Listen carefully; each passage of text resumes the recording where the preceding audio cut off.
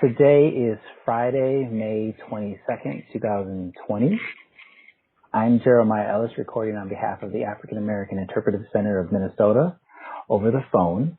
So, Temeka, will you please state your name and spell it for the record? Yes, my name is Temeka Wirkkala, Temeka, Wirkkala, Wirkkala. Thank you. I am in Red Wing, Minnesota. Fantastic. And so, Temeka, let's get started. Tell us where you were born. So I was born in Fort Worth, Texas, 1985. Great. And how did you come to Minnesota?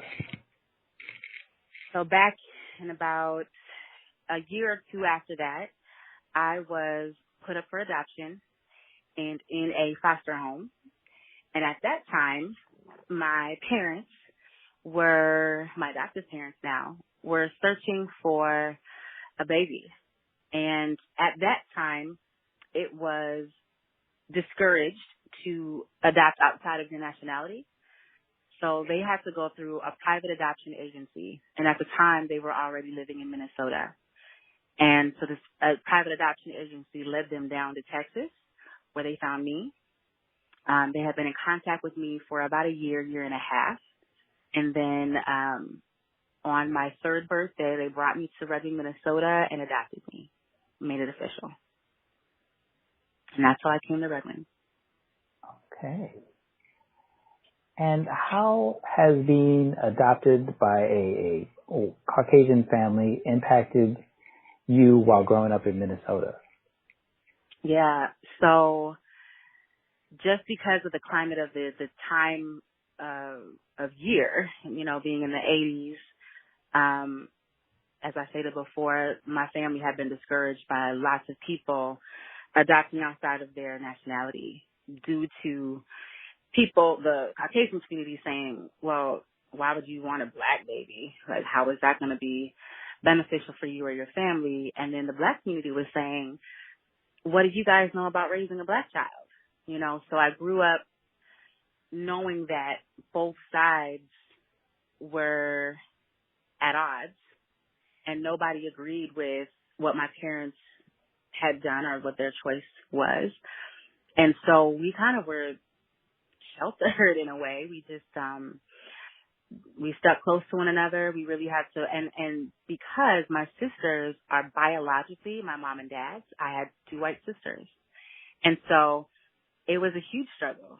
It impacted us as a family on a very large scale. It was at times even tumultuous because I thought I had something that I had to prove all the time growing up, especially knowing that my sisters were treated differently than I was. It just made it really, and I was also dealing with being adopted and having all that baggage, if you will, to try to cope with about why I was put up for adoption. I also had other siblings who were not able to be adopted with me. I was a middle child, and now I'm the baby of this new family, and no one I was surrounded by looked anything like me. So I grew up with a lot of anger, frustrations, insecurities, because I was constantly being asked, like, why is your hair like that? Why is your nose like that? Why does your lips look so big? What does your skin look like underneath your clothes? And of course, these are by young people. These are people who just had never experienced the black culture, the black community. And honestly, neither had I. What I remember of the black community where I was living, I was scared of black people when I got to Minnesota because of abuse and domestic situations that I came out of. So I was afraid of my own people because I associated harm and abuse from those particular people. And so I struggled a lot navigating through that, and I didn't really fit in anywhere. I stuck out like a sore thumb anyway, and I didn't really know my place growing up. So it was difficult. How did you and your parents respond to those external forces on your life? My parents didn't care what people said about any of it. They were confident in their decision, and so they were very supportive. But I know that my dad, who was also in the Naval Academy, he was a little more well-rounded than my mom was. So, he understood a lot more than my mom. I think she was very naive in a lot of those things. But my dad, pretty much raised me and taught me how to be a Black woman in America, what to expect, what people's thoughts were going to be, how Black men are probably being treated, and I'm no different. My father was really proactive as far as just trying to teach me, and especially when it became a time for me to drive. He was like, I'm going to tell you what's going to happen. You're driving this type of car, and if you're in a certain neighborhood, this is what to expect. So I think they were really valuable as far as just trying to get me to feel comfortable knowing and how to prepare. But there were also times where my mom just couldn't understand. I was her daughter, and that was just what that was. And so there were times where she would come to school because I'd be in trouble, not because I wanted to get into trouble, but if, there was derogatory terms or a nigger word being used, or kids, or even school officials, principals, superintendent, all of that. If there was an issue because of me being a Black child, my mother was the first one up at that school to talk to people and to reckon with them, and to understand where is this coming from and why. So they were my biggest allies and cheerleaders. Of course, growing up, I didn't recognize it as that all the time. I was too angry to really witness or see clearly about that they were my allies. I noticed that, I think, later on in life, that no matter what the situation was, they were always there. They were always supportive. They were always trying to be encouraging, and they would talk to anyone who felt like they needed more, a deeper understanding of who they were dealing with and our family dynamic. So I don't know if that answers your question. Definitely. Can you tell us an example of a situation where they had to deal with somebody? Oh, there are so many, but one that sticks with me pretty much just because I now have kids too. So when I was in preschool, we had to learn how to tie your shoe. You had this fake little shoe that you had to learn how to tie it, and then you had to go through all your colors. And I failed my color test. And my mom was like, how do you fail a color test? You know your colors. And so when she read the form and it said that I failed the black and brown portion, my mother, who's this sweet, white, soft-spoken lady, really reserved, dragged me back to that school, made sure that this teacher and I were in the room together alone. And she was like, I need to understand why you would fail my daughter on a brown and a black test. And the teacher was like, well, she gets brown and black confused. So my mom was like, well, what do you call my daughter? She's like, well, she's a black child. Okay, but what color is she really? She's brown. And it was in that moment that the teacher realized, oh my gosh, I called her a black child, but she knows she's brown, and now she's getting colors confused. So that was one example of my mom kind of being like, you people, you perpetuate this on our children, and yet you're not seeing your role in this, So until you start calling my daughter a brown child, how do you expect her to understand the colors, and then you're failing her, but you call her black, So that sticks with me just because that was the first time I saw my mom really standing behind me to empower me, but also just to empower somebody else and teach them. It was a teachable moment for that teacher. And she had to step back and say, okay, how can I do this different? And, we worked through that. But, there were many other situations when my mom would have to come in. So as I got into middle school, we had a few more black girls arrive from Chicago. I'd say there was 4 of us total in the whole school. And we would wear scrunchies on our wrists. And we were all marched to the principal's office, and we were told that we needed to take our scrunchies off immediately because they don't support gangs in school. And we were like, what? And we refused to take the scrunchies off because we thought, this is a joke. Like, all the girls are wearing scrunchies on their wrists, but when we walk down the hallways together, we look like a gang to you guys? Like, what, a scrunchie gang? So we had to be held in the office until our parents arrived, and my mom was the only one who was able to get out of work and to come, and she represented all four of us black girls in that office and said, I need people to take a step back for a moment. In my walking from the entrance to this particular part of the building, I've run into numerous amounts of girls wearing scrunchies on their wrists. Why are we talking about these particular girls who have scrunchies on their wrists like all the other girls, and now you associate a gang because they're all together?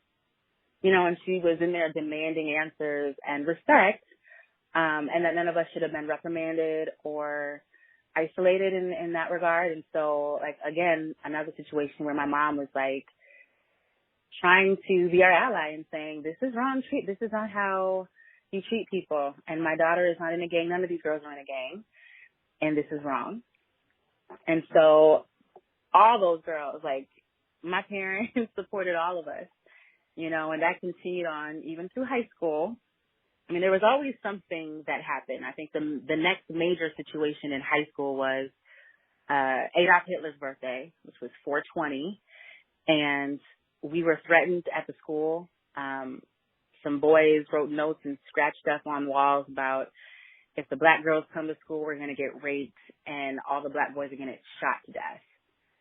And the school dealt with that by collecting all the black kids, which were just a few of us. The principal, Larry Sanju, piled us up in his car and drove us home. And that is how they dealt with that situation. And again, none of our parents were able to come and get us, but he thought it would be best to have us off the premises. So he just dropped us off. You know, we didn't have any parent supervision or anything. My mom got word of it after she was finished with work and came to pick me up. And then she was like, here, I got to go back to the school again because I can't understand why you're being asked to leave the school and they're not identifying these people or perpetrators threatening all of the black kids in the school on this level of behavior. Like, now they would have to shut down school if someone's getting threatened to be murdered. I mean, they swept it under the rug, you know, and dealt with it as though we were the problem, which ultimately forced them to get a black man from Chicago named Skip Black to come to our high school so that he could deal with the black issues. You know, and my mom is just a riot. She was so upset because she thought, you need to learn how to deal with these issues. No black man can come here and think he's going to be an advocate or the voice of these black kids. These black kids are never going to go away. You have to, as a school, start putting some policies and regulations and procedures in place that supports what these kids are going through. If they're getting called nigger in school, if Confederate flags are being written on their property, if kids are bullying them, you think that you're going to tell these kids to leave the building every time or tell them to go home? But although these other kids, what's happening to them? They get to stay in school? And so, you know, again, my mom was my ally, my biggest ally, and support trying to defend our rights, if you will. So I was kind of a loose cannon at that point myself. I figured, you know, and I was reading a lot of Black Panther books at the time. I was reading about civil rights movements, Malcolm X, and so I was much more about fighting for my right that I couldn't focus on school very well. I was too busy trying to defend myself all the time. And my outlet for that was I excelled in sports. You know, I was trying to prove to the world I was something, that I could beat everybody. I could beat the guys. I could beat the girls. I could, you know, break records. I have a lot of trophies and first place, you know, ribbons, but I wasn't able to address the core problems or the root causes of my anger, or it didn't take away that feeling of hurt or the fact that I'm consistently being judged for what I look like, and people didn't respect me because of the color of my skin. And I struggled understanding the why behind that. I'm going to say from my early youth until probably my early 20s.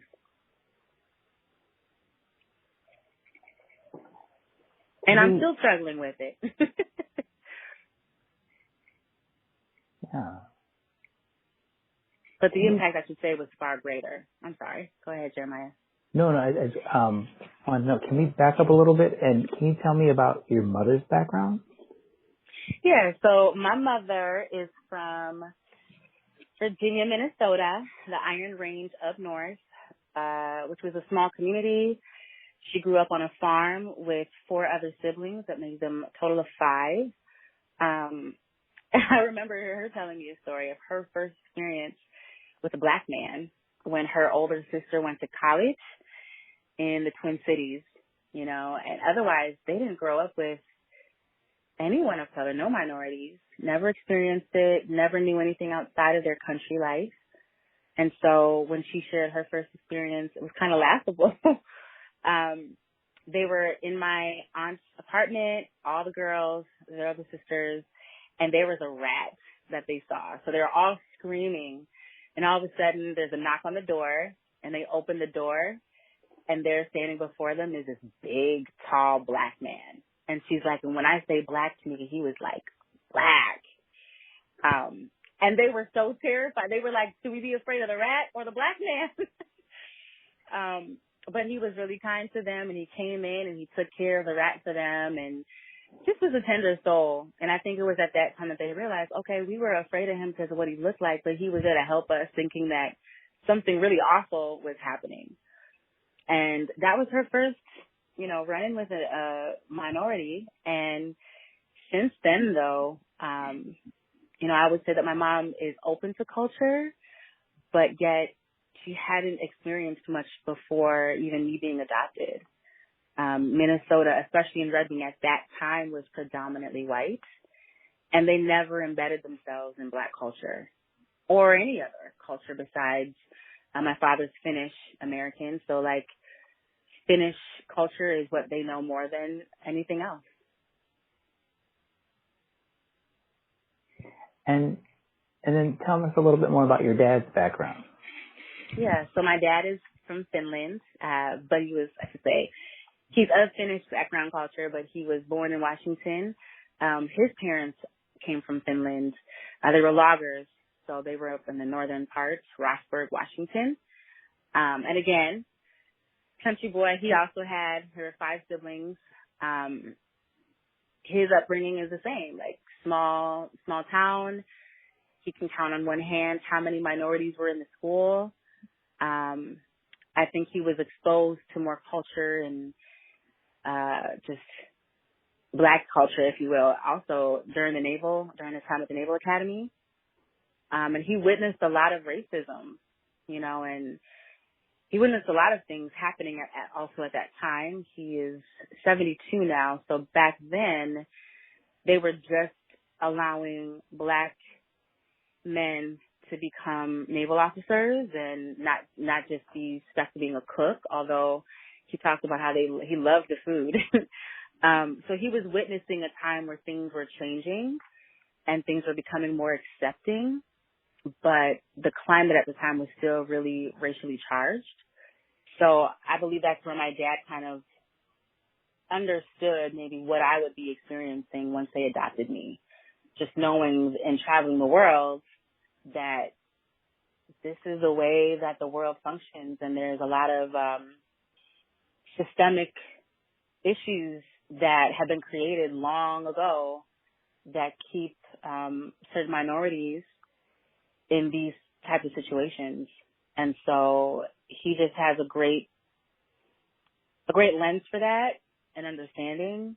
And so he can acknowledge that. And, I don't think he likes the word white privilege, but he knows that his experiences will never be a reflection of what my experiences will be in my lifetime, or for my children for that matter. So I'm very grateful that he had that experience and traveled the world, because my mom doesn't travel. She's literally lived in Minnesota all her life. Traveled with my father and maybe stayed some places here and there, but never really, not for long periods of time outside of Minnesota. So he really has opened up her eyes even to what society thinks about minorities and the systemic issues that we are facing even currently today. And it's really encouraging to hear him talk about some of those things. It's just a reminder that this is the world that we just live in, and it takes us. It's on us to create either systems change or to teach people and kind of point them in different viewpoints and be more loving even. Like, I had to learn how to be far more loving to people and understand that their background or their ignorance or lack of understanding is maybe just their own upbringing. But how can we give more teachable moments? You know, my dad kind of taught me how to do that.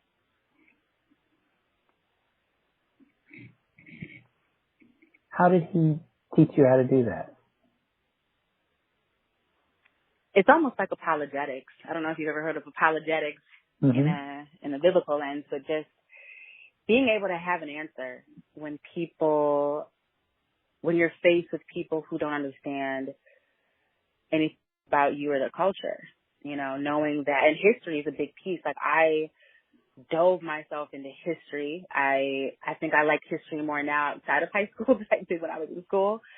But just understanding where I come from, knowing that this is kind of the history of my people. And when you can give history to people and kind of show them, even my own people, like when you can say, did you know that we are a product of this? And if we look back in time and can see how we've arrived at where we are today, people have to chew on that for a minute and step back.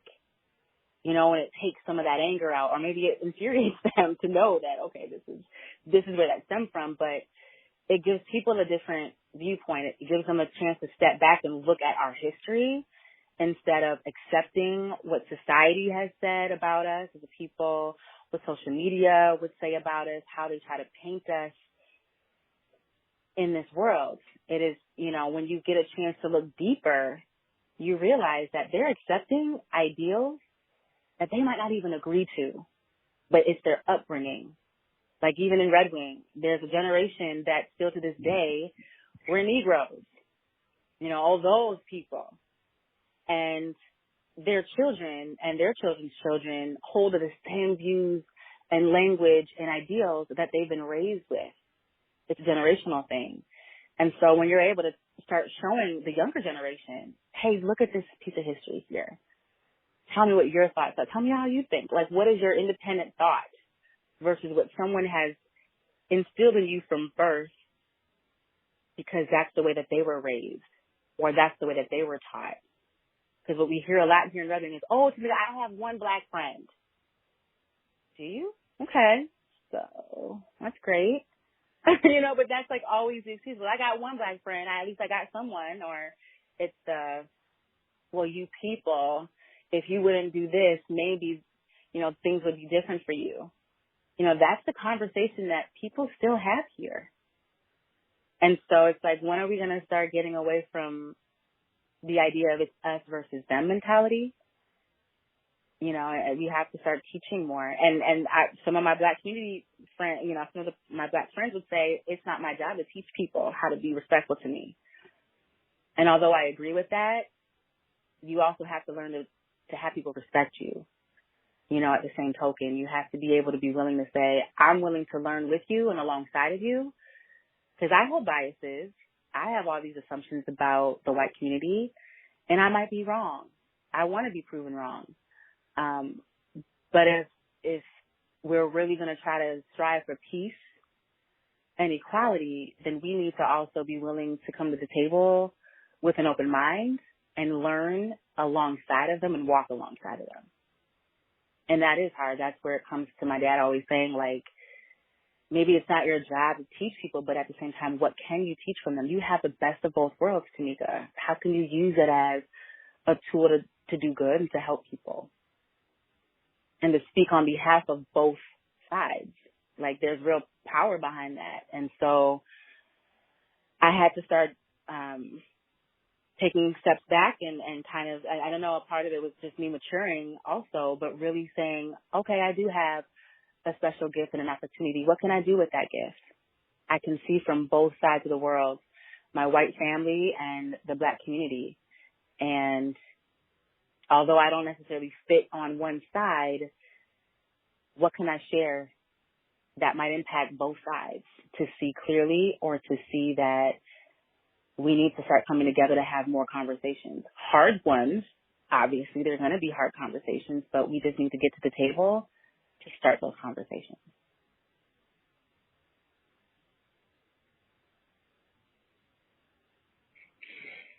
How have you brought people, how have you balanced the best of both worlds that you were able to balance? Can you give us an example? So, my sister went to a Veda Institute to learn how to do my hair, because I didn't know how to do, none of us knew how to do my hair growing up. And so it was relaxed a majority of my upbringing. And then when I hit 21, I had just actually come back from the West Coast. My dad kicked me out because I was just acting out. I lived out there for about 3 years without any parents, and just I lived with my sister for a while and just really lived and saw such a different environment. And I came back to Minnesota and I chopped off all of my hair. I told him to give me an army cut, just buzz it off. I don't want straight hair anymore. I want to know who I am. And it was at that time that I realized who I was, my power, my beauty. And it was skin deep, it was my heart. It was a heart thing. And so at that point I realized I want to learn who I am. I have to figure that out on my own. So I learned how to do my natural hair, which this was back in 2006. And at that time, the natural hair community was really small. There was not a lot of resources. And so I decided to start teaching not just Black women, but women with natural curly hair, how to do their hair. And I realized at that point, maybe it's not so much about race, because we really are just one race. We're the human race. I started realizing we're just human beings. We're people. I'm a woman first before I'm a Black woman. And I have the opportunity to share my gifts and learn how to do not just my own hair, but I can help other women learn how to do their own hair. And it became this huge movement, which is big today. But I realized this crown on my head is my gift. And I used to be teased by white women, or even my sisters. Oh, it takes so long for you guys to do your hair. It's a whole day process. You never want to go swimming. You never want to do these things.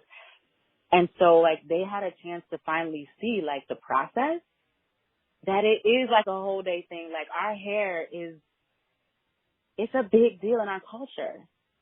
And when I started learning more about my culture and the hair, I don't know if you knew this, but so when they used to braid these women's hair back when they were slaves, they were actually putting maps in their hair design of how to escape from the plantation. So when you find those bits and pieces of history and how it's created this beautiful culture that now is disregarded, or they call it ghetto, or the white community would have something to say about it that's negative, but you see the impact that it had on these people at the time.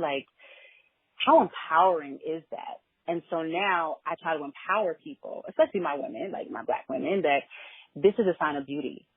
But we can also teach at the same time to those who wouldn't understand the why behind the braids, the intricacy behind it, and so it gives a chance to teach. Another example is that when I worked in the school district and it was all white kids and I'm the only Black woman and they're talking about ghetto this and ghetto that, finally one day I said, what does ghetto mean to you? I'm going to write it all on the board. You shout it out to me and I'm going to write what you think ghetto means. They had chicken, braids, watermelon, black people, saggy pants. I mean, the things that they had listed, there was just a whole bunch on the board. And then finally I said, all right, now let me tell you something.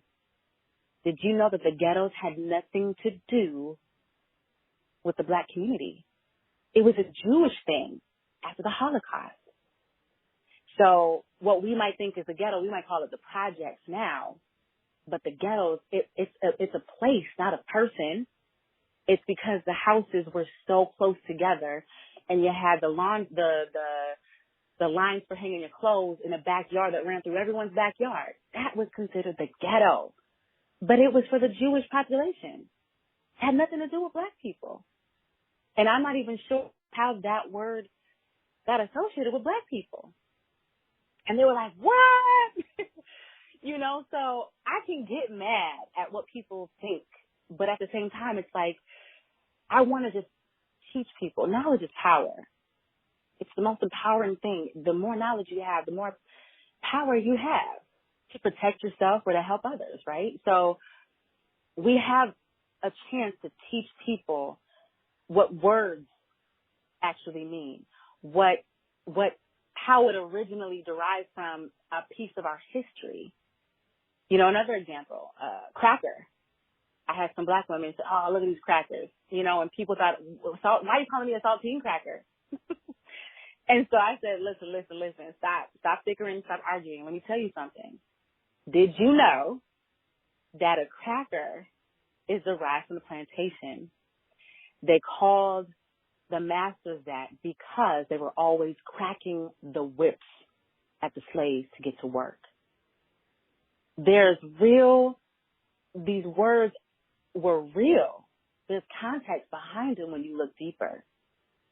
And so when you're able to share that piece of history with people, all they can really do is sit back and say, I got to chew on that.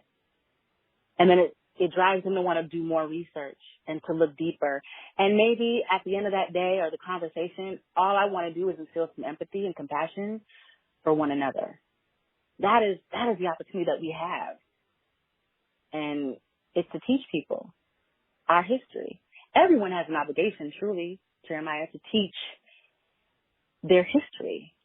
Where are we really from? Why are we in the state of the conditions we're facing? It has nothing to do with last week, last year, 2 years ago. This is generational curses that might be catching up with us that we're witnessing and facing today from years ago. So you just got to remind people, not you, but just people need to start thinking about our history and how it links to what we're facing today. It's empowering. And people change their viewpoints. Maybe never, but maybe a little bit too. Maybe they're going to be more open to learning. Maybe they're going to be a little less judgmental. Maybe they're going to step back and say, wow, I didn't know, and I'm sorry. Or maybe they'll start embracing the fact that braids are not considered ghetto. It's a sign of beauty and a sign of power and a sign of escape, a sign of dark times that these families were facing. That's to be honored and respected, not disregarded, So the goal is to hopefully enlighten people. How in the Red Wing community did you come to understand this heritage? Talking about the Black heritage? Yes, the ideas that you shared just a moment ago. Oh, okay, I see. It really didn't have anything to do with Red Wing. I think it had more to do with just no matter where I live in the world or what I'm experiencing, how was I going to react no matter where I was? But I can say that when I came back home, I had a choice to leave my community and never look back. And instead, I decided I loved the community as far as just how beautiful it was. I do have a lot of history here, not all good, but it wasn't all bad either. And I think I just had to decide, am I going to represent my community as a woman of color and kind of be the voice to bridge both communities and I say that as in the Black community and the white community, to have better understanding of one another so that we can actually begin the healing process. And no one really appointed that key, but I took it on because I felt like that was my purpose. And so since then, I've been given many opportunities to speak to my community about our culture. I've had chances to bring other Black communities to our town to also kind of give an account or talk about what they're experiencing in their own communities around the metro areas, just to start having conversations. And I used to, on my own, I used to work in the nursing homes. So when Black History Month would come around, it was huge for me. And I had a chance to use the nursing homes as a platform to talk about it, because that generation saw and experienced things that I wanted to learn from too. You know, their views, they have so much knowledge. And so I had a real opportunity to dive into their livelihood and about what they remember and how they feel even today about what they remembered growing up and how things have changed. Have they changed along with the world, so to speak? And then at the very end of those discussions or sessions during Black History Month, my mom would come in as a guest surprise, and they were like, "But your mom is white." You know, and so then we had another chance to kind of have another conversation about the impact that I had with a white family and just how it affected me growing up here. And they had a chance to ask my mom questions. So I use it to just share my life, share a piece of who I was. I learned to be transparent. I learned that it was okay to be a little bit vulnerable, because I felt the need to represent my people in a better way without the anger, but just to teach. And so I just took it upon myself. And since then, I still do those things. You know, maybe it's changed a little bit. I mean, the work that I'm doing now, I have a larger platform, but it's still the same. It's just to be able to start having hard conversations and to say, we know these things exist. What are we willing to do about it? How are we going to change these outcomes so that the legacy that we're leaving for our children and our youth is a better place and more accepting and understanding their value? So I just took it upon myself. Yeah. What about your experience in Red Wing? What motivated you to want to share beyond and help uplift the community? I think I was just tired of being angry, and I knew that if I continued down that path, I wasn't getting to the solution. I just wanted solutions. You know, I wanted to release control over the anger aspect. I mean, because it was really one-sided. I was sounding like the very people I wanted to change. You know, it was them versus me. And if all we're doing is judging people and being critical of people, we have no chance or room to love them. You know, and so I knew that I just had to, for my own soul, I have to do this differently. And I have to learn how to be more loving and understanding and compassionate if I expect them to be more loving and accepting and compassionate towards me. You know, it's how you want to be treated is how you treat people. And so I had to really physically and emotionally and mentally transform my thoughts in my mind and still do the research on my history, which there are days where, Jeremiah, I was not okay. I wasn't okay. I was more mad. I was mad. I was angry. But then I had to use that fuel to say, what am I going to do to change this? How can I change that? You know, people would say, oh, Tamika, you're an advocate. You speak out on these things. People are like, oh, you're the token Black person. No, I'm not. I just choose to do it differently because how we're doing it right now in our communities is not working. It's not working. And we have to either reinvent the wheel but we have to do something different if we really want to see the change.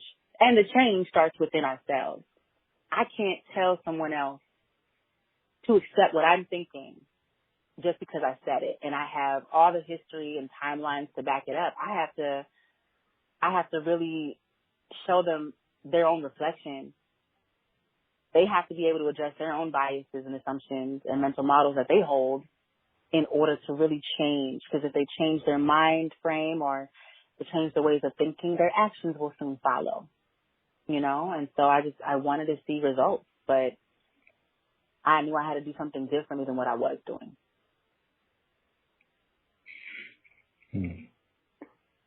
And how were you treated differently in the 80s and 90s versus when you came back in later on in the 2000s and beyond? I would say it never changed. It didn't change. What changed was me, the way that I dealt with it. If somebody would have called me nigga now or say the things that they would say now, I'd probably laugh and be like, oh, please, look. Is that the worst you can come up with? You know, like my whole attitude has shifted, although the most recent, so it's 2020, I would say like in 2017, 2018, I was called nigger in the workplace, and I ended up taking on a position at Trinity Myers Utility Structures in Wisconsin, and one of the only women in the building, as well as the only black woman in the building. And my babies were little at the time; they were really young, and I got this position through a temp agency, and I worked really hard. And the woman that trained me, she took advantage of me. You know, she would throw things at me all the time that were outside of what I was supposed to be doing for my duties, but I took it, and I surprised everyone, and I rose to the challenge. And pretty soon she was like, wow, you really understand what to do, and I want to take a vacation. This is hard work what we were doing. We built electrical poles, so I was a blueprint analyst, and now they're white. So it's like white pages. But anyway, so it was a lot of hard work. I learned so much, and she threw everything at me. And finally, like, she went on a 2-week vacation, and she probably thought she was going to come back to just a hot mess and thinking that I just dropped the ball and everything was bad. And to her surprise, like, I was running it, and I was doing well, and I was getting praise from supervisors. And I worked really hard to get there. I can't fail in anything. Like, that's just a part of my core being. Like, I don't want to be judged as a failure, because I know that the assumption is that black people can't learn, we're dumb, we're all these things. So part of my pride is that I give 110% with no matter what I do. I will not fail. And even if I struggle, I'm going to come out of that on top. That's just my whole demeanor. And so that upset her. And so I didn't even know she called me a nigger until later, but I ended up being let go a week before Christmas. And HR, like, they even wrote me, they helped me with my resume. They helped me with all these different things, encouraged me to apply at another facility that's very similar to theirs, wrote a letter of recommendation, all these things that I couldn't understand.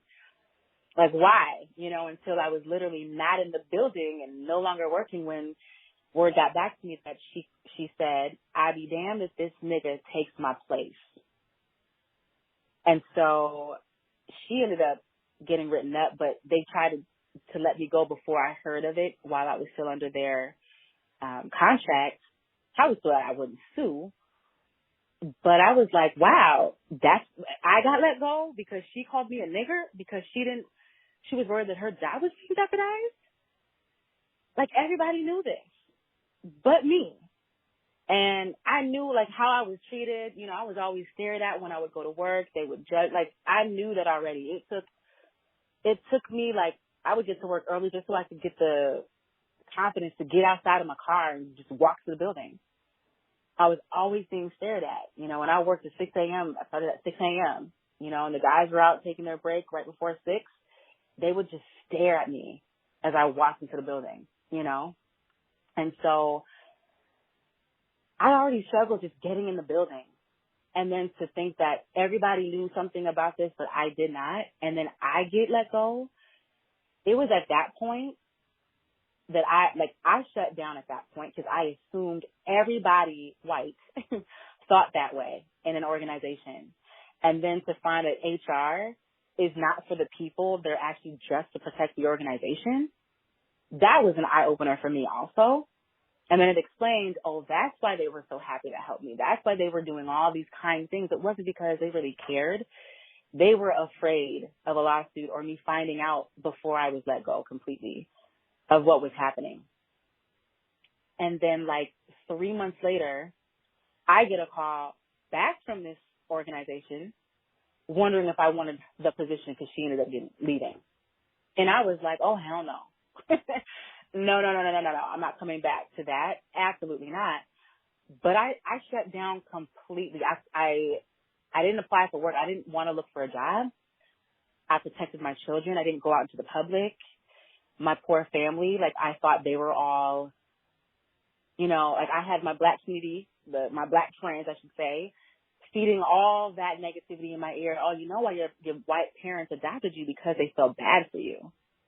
Your dad probably has a complex because his dad before him were probably masters of plantations. There was such negativity being fed through my mind at the time. And then the movie Get Out just came out. I went to go see that twice by myself, which only fueled whatever it was that I was entering in. I couldn't grasp life at that point. I felt very low. I just felt, I've been lied to. Who else is lying to me? And how many people think this way about me? It made me think over all situations in the workplace about how I was treated or the things that women, I've always had women, I've always struggled with women. And I never understood what it was. Is it insecurities that I have or is it their own insecurities? Is it that we're competing with one another, but why? It made me think of the comments, oh, you're really pretty for a black girl. It just made me think of every little thing in my life. And I fed that monster for months. I didn't work for 8 months. So I got let go in December, and from then I did not work. And thankfully, my finances were good. I worked hard. I knew that I could take 8 months and not work. I couldn't physically bring myself anywhere because I could not trust anyone. And like I told you before, I live in a predominantly white community. So everywhere I went, I thought, they all think this about me and my kids.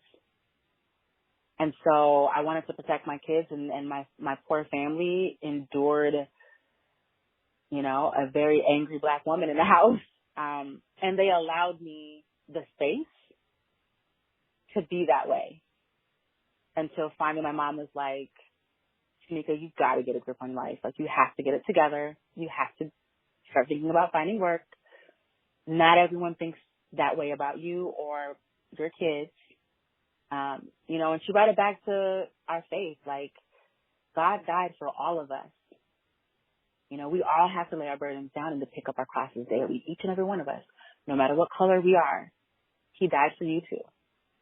And at that point, it kind of shook me up and shook me out of what I was dealing with, but I literally was paralyzed for 8 months. And then I had to come back, and it took me a lot longer to come back to what I was doing before, as far as just being as loving, being as open. I had a chip on my shoulder at that point. And so when I tried going back to work, I felt and I literally applied everywhere. And I know I'm qualified for the jobs that I was applying for. And then not hearing back from people, it just triggered all the assumptions I had. Oh, they don't want to hire me because I'm a black woman. They don't want to hire me because they think that I'm, not worthy of this job, or, and I found out what some white women were getting paid and what I had been paid in my past. And I'm like, how is that we're getting paid different, but we have the same title? So I struggled, with all of those things, because I was like, this is what I got to live with. This is what I have to navigate through, but people think this is in my mind. They would say things like, oh, Temeka, Black people always pull the race card. Are you sure they're being prejudiced because you're Black? Are you sure? And I isolated myself and my kids. All my friends that I thought I had, they were no longer existent to me. I was like, nope, I'm not going to put up with these Black jokes that my white friends get away with calling or saying to me. I just shut down and I isolated myself and my kids. And then finally I did get a job at the YMCA, because I had my kids in programming and I was there every day coaching my kids. Like you can volunteer to be a parent coach. I coached my kids in all their sports, and number one, I'm the only woman and only minority there. So that was, again, I kind of felt like all these people are looking and judging me, and these men think we're in competition, and it was awful. But I actually got a job out of it, and I became the before and after school program coordinator, which they never had before. So we got a chance to design my job description, and it was at that point that I realized what my purpose was again, kind of renewed the fire to now teach again, because all of the children that I served were Caucasian kids, and they had never experienced a Black teacher or a Black person this closely, and parents struggled with it in the beginning as well. It took me a year to create relationships and build trust with these families so that they, all their assumptions about Black people and minorities, I had to kind of put it to bed. I had to lay it to rest and show them I'm the woman for this job. I am confident in my skill set here. Obviously I was hired, but I had to really work really hard, and we literally created a program that never existed before. So I had all these things riding on me anyway. That was the toughest year, but it really showed me I have to get back to trusting people again.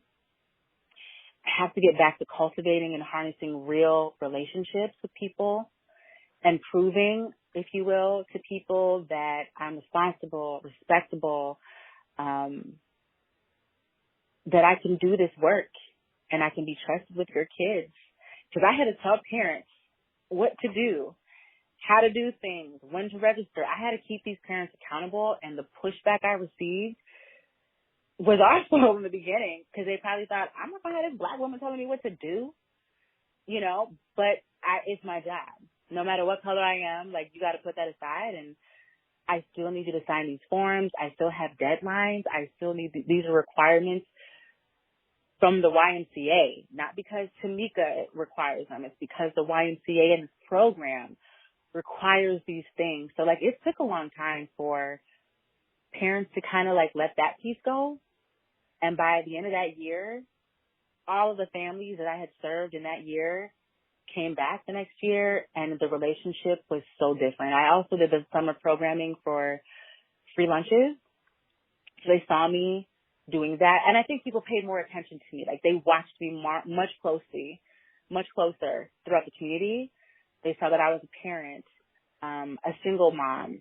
I am a survivor of domestic violence. They saw, that girl is tenacious. There's something about her. I can't put my finger on it, but there's something about her. So, it really kind of forced us to get to know one another outside of even my job description. And I really, we started having play dates. People started to get to know a bit more about who I was. I was also able to, put some of my biases aside, because I judged people too. These rich white people who know nothing about struggle, who know nothing about this.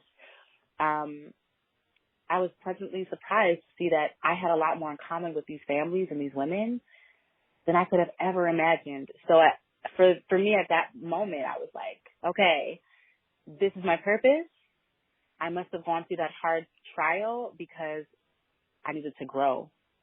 And I needed to be reminded that, yes, you are a woman of color, that there are some struggles that you're going to face no matter what, but you can overcome that. And now I can be back to teaching and sharing with people my story and how we're all battling with different things, but how we can all overcome these obstacles.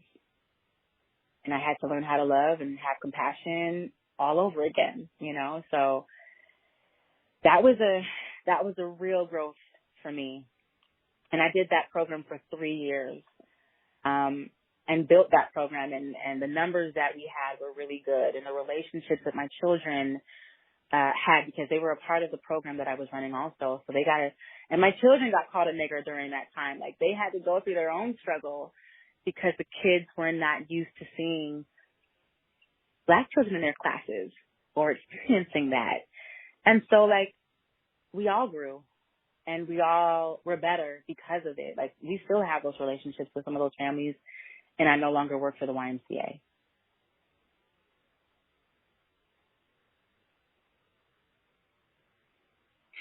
Tell us about your children and what their experiences are like.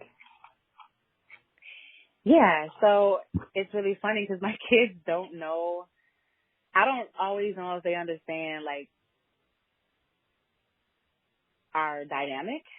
I mean, they observe, mom and my brother and sister, we're all brown complexion. But they're so used to grandma and grandpa and aunties and uncles that, I don't always know their perspective.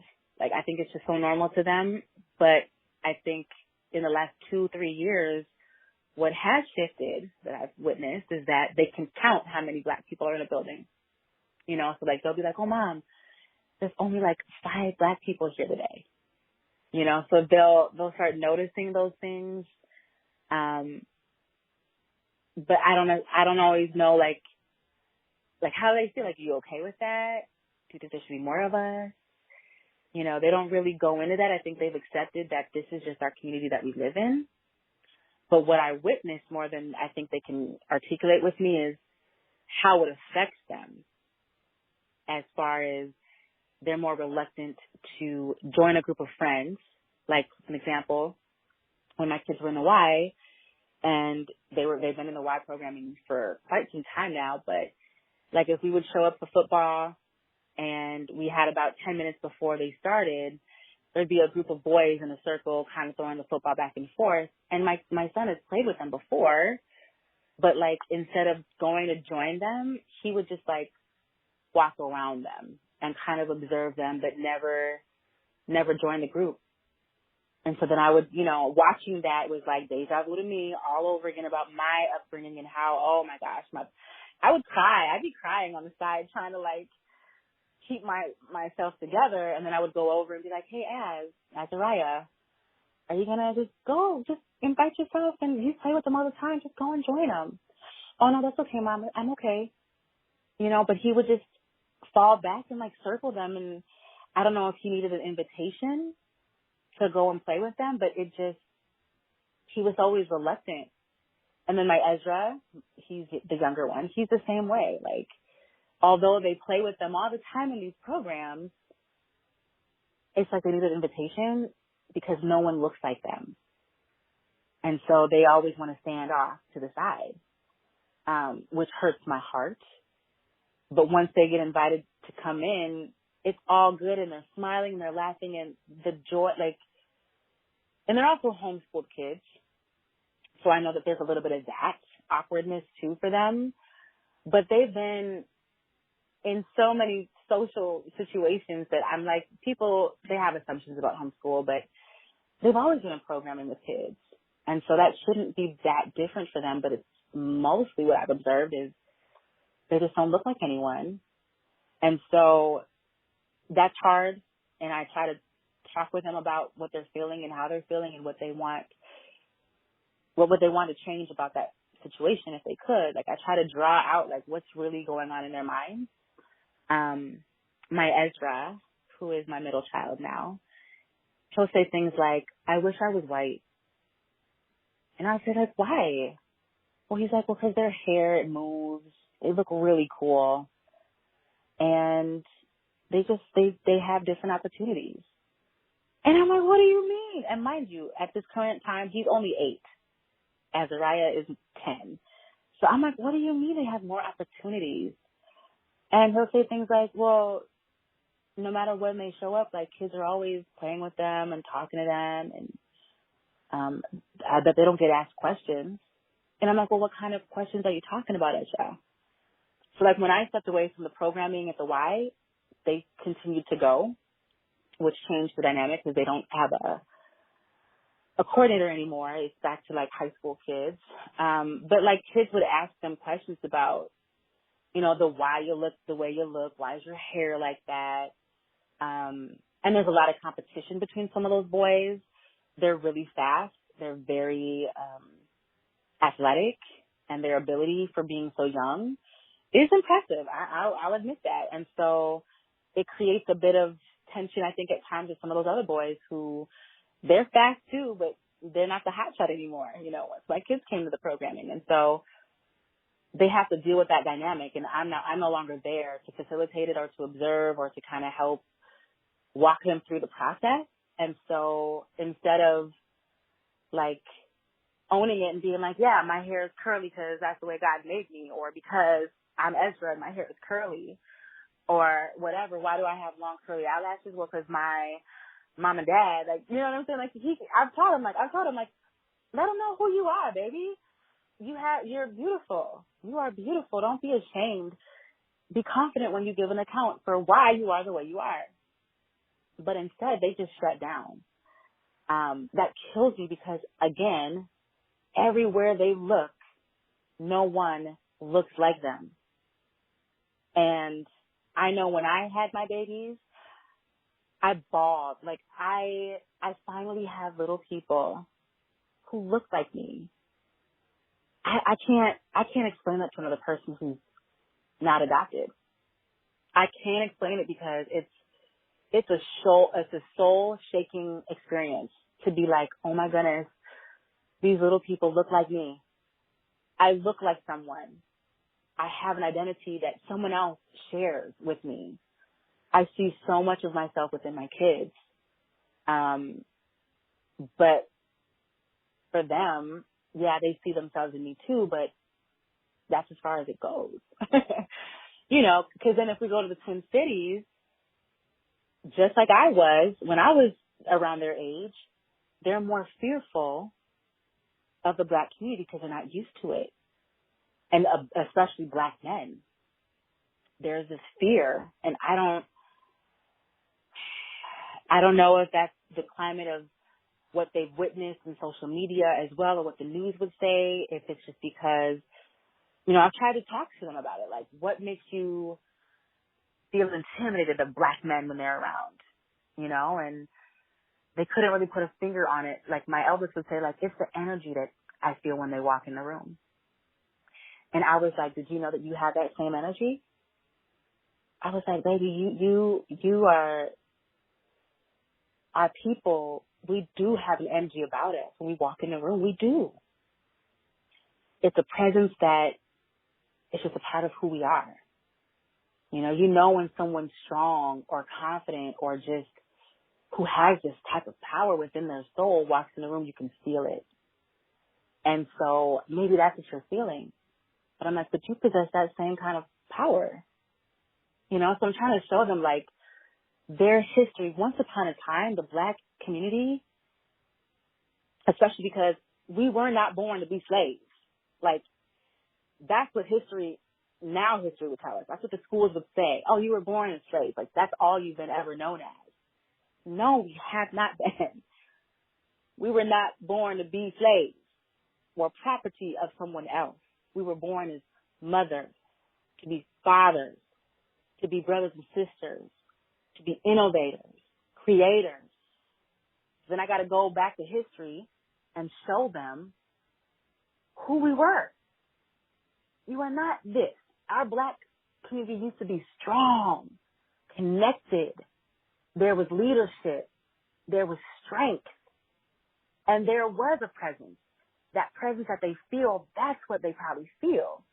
But because of how our society has changed up, we no longer have that sense of pride or respect. They want to strip us of that because it is a powerful thing. Oh, Jeremiah, if we came back together like when the Panthers, for example, were together, that movement or civil rights movements, when Black people came together for the same cause just to fight for freedom, and I don't mean just physically. I just mean like standing up for your rights, advocating for what is right as a human being. They wouldn't be able to stop us. That's exactly what they fear. They want to divide and conquer us because if we're so distracted right now, killing each other, hating each other, competing with each other, but we look the same.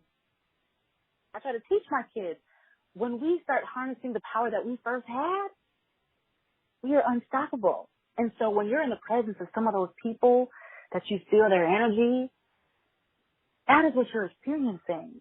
Power, confidence, something that they've tried to strip us from day one.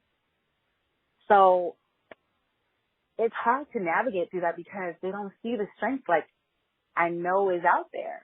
We don't see that here. We see all the negative impacts, so that's what I worry about for my kids. Like, they don't know their power. They don't know their worth. And then they're scared when they run into people who do know their worth and know their power and may be outspoken. So my job at this point, I guess, is to just continue building them up, continue to educate them on what society would say about them, but what the facts actually say about them. And showing them that they are worth so much more than what society would say, and their strength, when they harness that strength within them, I don't think anything will be able to shift that, and their confidence with who they are as Black men in America will trump whatever anyone who doesn't look like them says about them. It won't make them feel crippled or inadequate. It'll make them feel strong and confident to say, yeah, I am this. And so what?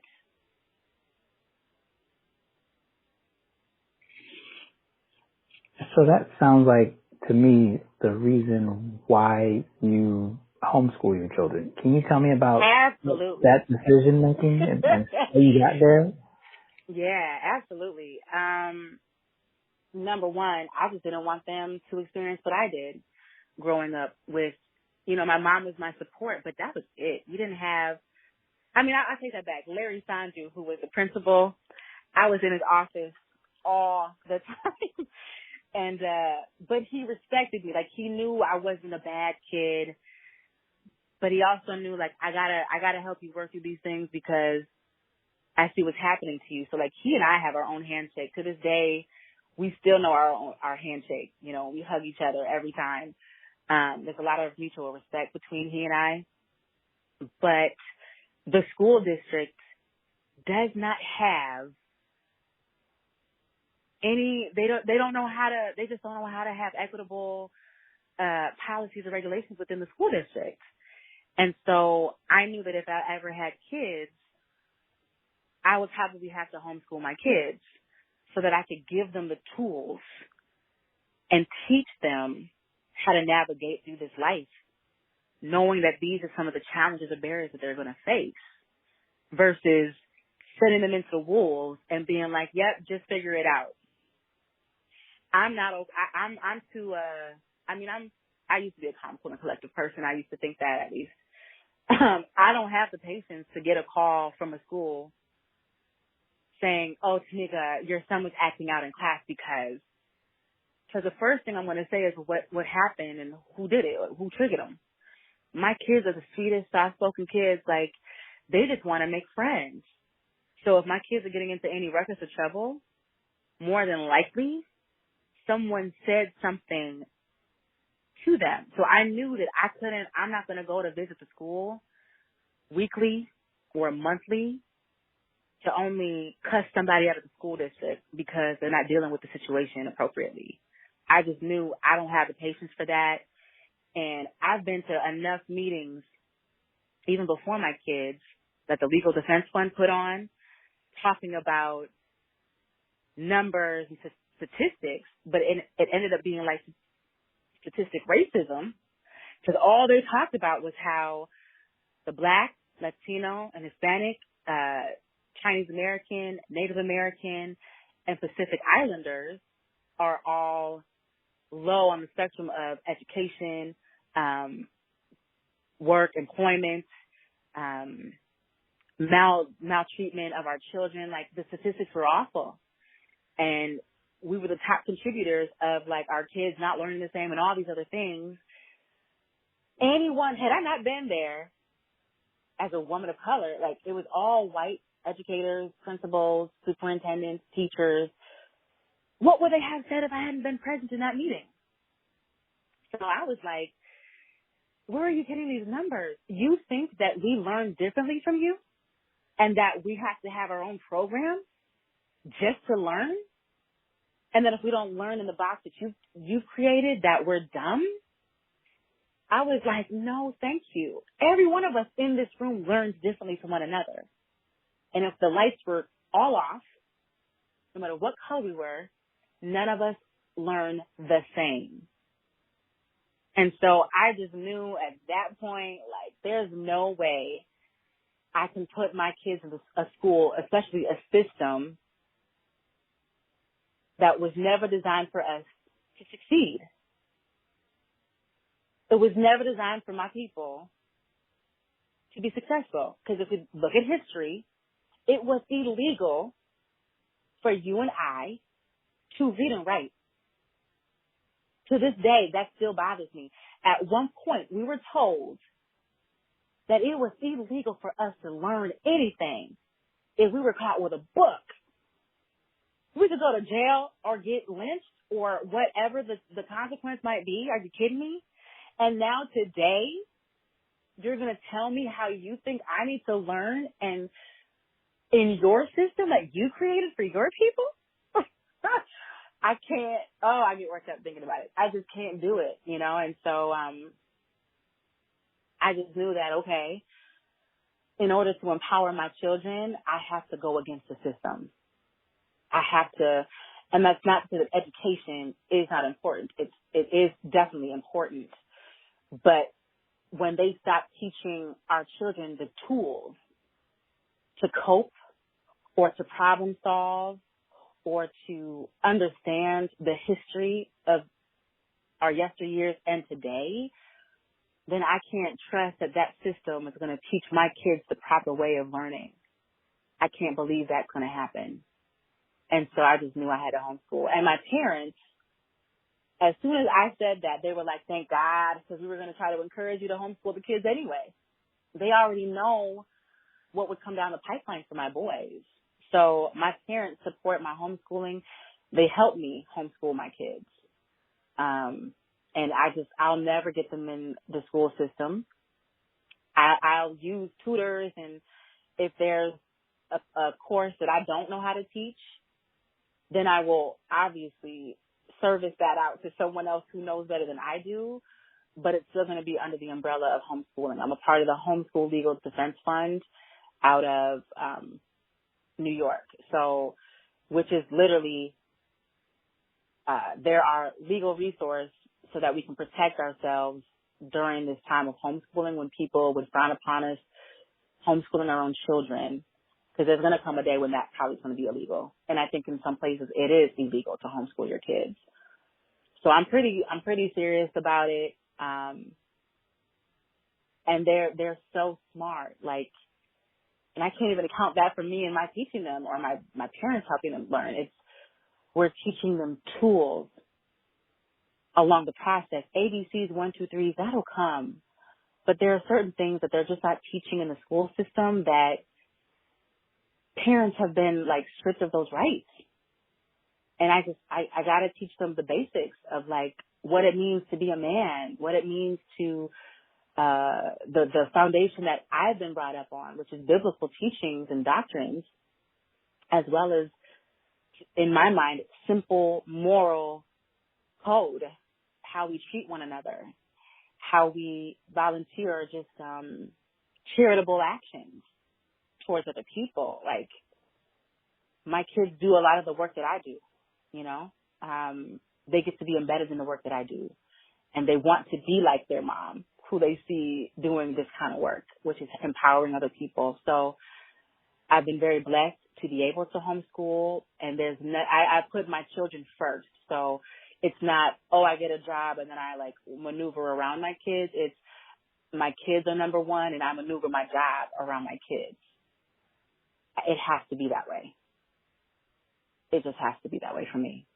And I try to empower other families to do the same. If they can't homeschool, I get that, but just reminding them that you are their first teacher. You have the ultimate control. So when I hear parents saying how their kids are being treated in the school district, and I say, you don't have to sit and take that. You have the right to go to that school and say, I need some answers. I need to see action on the administrative side to make some changes in the school so that we're getting to equitable results here for all students. Because even today, the students of color in the school district are still struggling and they're not supported and kids are dropping out, or they now can't suspend the black kids of the school. But what it's creating now is more conflict. So I didn't know when that changed, but I'm like, oh wow, now they can't, because at one point the percentages of minority kids versus white kids was really high. They were getting expelled or suspended at a faster rate. And now, but my question is, why is that always the outcome? Like, there's no intervention. There's no program in place to support kids to look deeper than the education, but like, what are the root causes behind the behaviors you're seeing in the school? How are families being supported? Because you don't know what those families are going through. And families are so reluctant to talk about it because it's a cultural thing more than likely. And people don't always understand that, the trauma that families might be facing because of being a minority. There's no platform for them to talk about it safely, to not make excuses for the behaviors of their kids, but to just say, hey, an FYI, this has been going on and my kids are being affected by it. So yeah, there's going to be some struggles in the school probably. But is there a way that we can work through this so that my kids are supported in the school and that you know what's going on? Like, they're not doing that here. Instead, they judge them, they cast them out, they label them, and they think that we're a menace to society here. Oh, those people can't never get it together. Mom is working how many jobs? She's never home to take care of her kids, all the while cousin may have got laid off or is not getting the job he's qualified for because he's a minority in Red Wing, trying to apply for a job that they think, oh, I don't want it. I even had someone tell me from United Way, well, yeah, I hear sometimes that, you know, the white community, they don't want minorities in the lead. They don't want to answer to a black person or a Hispanic person. Oh, okay. So you all talk about that? Like where's that board meeting happening? Like, that's what you guys discuss? We don't want minorities leading us. We don't want black or Hispanic people in positions that they're qualified for, having success in jobs and their growth and employment because of what they look like, because we don't want to answer to them. I would love to be in that meeting to hear that conversation. But that's some of the conversation that is being had, you know, and it's just like, what are we going to do differently? How are we going to change that? And what is the fear of working for a person who doesn't look like them? I know, like, in Mayo Health systems, there's all kind of diversity. So, like, why in other organizations is that a struggle? You know, Mike Melstad, who was the director of the YMCA when I was working there, he gave me a book called Courageous Conversations, because he's like, yeah, you know, I keep having these older generations come into my office complaining about the nigger I have employed up sitting in that office space. And it blows my mind, Temeka. He'd be like, I'm embarrassed to tell you the things that people say to me, all because I'm a white man and they think I think like them. He's like, I'm embarrassed. So he tried to give me a book to empower me, just in case those very same people who were coming to his office complaining were bold enough to come and complain to me about why I thought I deserved to be there. And this is the older generation, you know. What do I have to do differently? I homeschool my kids. My kids don't sag their pants. They say thank you and please. They're respectful. They know how to have conversations with adults. And yet somehow all that doesn't matter. They'll still have something to say or find something to say about what I'm not doing as a parent for my kids. What do we have to do differently to show that we are human first and just as qualified to be a community member in Red Wing? And not just Red Wing, I'm sure this is happening in other communities as well. But I guess that's why I stick around here. I'm trying to leave a legacy for my kids, but I'm also trying to leave a legacy in my own community so that I can pave the way for my children and for colored or brown children to follow, that we are setting the tone that things need to change. People need to be more accepting, not so fearful of what they don't understand. I hope that my kids one day stay here and raise their families, but by golly, I got a lot of work to do to make that, to ensure that when I'm dead and gone, I've done everything that I could in my power to pave some form of way for them to have a place or a belonging where it's no longer like, oh, it's us versus them. It's we are all here together, walking alongside of one another, and we have respect for each other as human beings, despite me being a brown man or a brown woman. Yeah. What is the reality for Black families in the Red Wing area today? I think one of the realities is, and there's a few of them, like I think we have seen a lot more Black families coming down to Red Wing. I think ultimately, like the exterior, Red Wing is a beautiful community. It's a beautiful place. And I believe that it's a safe place to raise your children and your family. There might be affordable housing if you're looking under Section 8 maybe, and some of the welfare programs here. But the reality is, like, they're hidden. There's hidden pockets of the Black community that is hard to reach. And one of the things that I hear in my work now is, how do we reach those communities? How do we engage with them? They always refer to us as the 20% when it comes to parent engagement, or when it comes to, we never hear from them before kindergarten readiness happens, or we never hear from them when these other things are going on. Like, how can we reach them? And they are unreachable. They're hidden. They don't necessarily want to come out and to interact or to engage in the community in the ways that maybe they should be, because Red Wing is not very welcoming. And that's not just to Black people. That's to anybody. Like, Red Wing is just a lot of cliques here. They're not really inviting or welcoming to anyone new, but especially as a minority. So I think that that's part of my work, is to empower. We have a group called Parents Have the Power. So what I do is I try to empower and uplift my Black and Hispanic and Latino families, and those who fall under that. That might be the Native American, Chinese community, which is very small, but anyone who feels that they don't belong because no one has allowed them the space to be at the table for conversations. So I try to make space in places that they normally would not be invited to the conversation.